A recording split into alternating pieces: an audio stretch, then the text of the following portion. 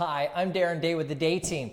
Well, I'm at another open house, and today I want to talk a little bit about the effectiveness of open houses and what I do to get prepared and to sell real estate from an open house. You know, it used to be people were like, well, it's only nosy neighbors and so forth that actually going to go to an open house. But I completely disagree. I think what it is now is we've gotten pretty lazy, and a lot of people just want to look at houses online. So they never go book appointments now with their real estate professional. They tend to just look on the internet. So they rarely go out and actually look at houses. They just see them online. So I find when they come to an open house, they're actually delighted.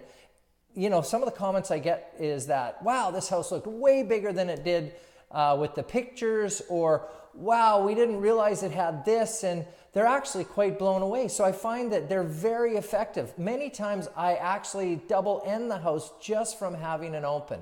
So here's some tips I do to get prepared for an open house. Be early, don't be late.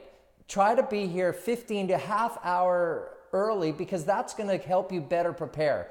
Even on your directional arrows or on your open house signs, put balloons, make it an event. The more you can get people excited, the more it seems like something's to do. If you can afford it, have a remote, like a live remote with the local radio station. You want to set sort of a carnival atmosphere. The other thing too is have one of your partners help you during the open house, so you can really separate the lookers from the buyers, because you want to marry the lookers. Sorry, I can't even talk. You want to marry the buyers, but you don't want to blow off the lookers. You just want to sort of cultivate them and keep in touch with them for when they are ready to buy. Because sometimes they may not be ready for 6, 8 months, a year, or so forth. But the people that want to buy now, they want your attention. Here's the other mistake realtors do all the time. They let people just walk around during the open house. I think you have to walk and point out the features and benefit of the property.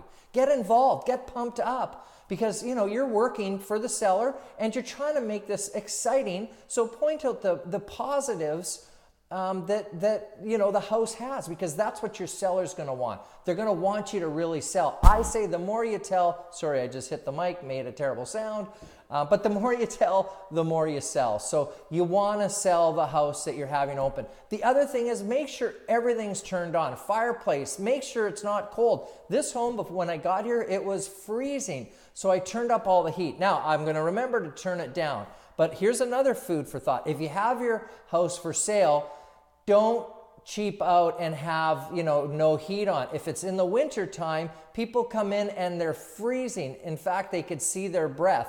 The problem with that, they think the home is now not insulated very well. So it's better to spend a few pennies now, keep the house warm, and also hire an agent that it's not going to take a year, because you don't want to pay hydro bills for years. So now I'm biased. Hire me and cut down on your hydro bill, because I'm going to have it sell a lot quicker. Hopefully in a day like the one I did last week. And they said, Darren, you know why we hired you? Because a day did make a difference. So that's my tips for open house in Victoria. So if I can help you out with anything, my name's Darren Day with the Day Team. My cell number is 250-686-9222, or you can always get me on my email at darren@dayteam.com. I love to see Facebook too. Have a great afternoon. Take care.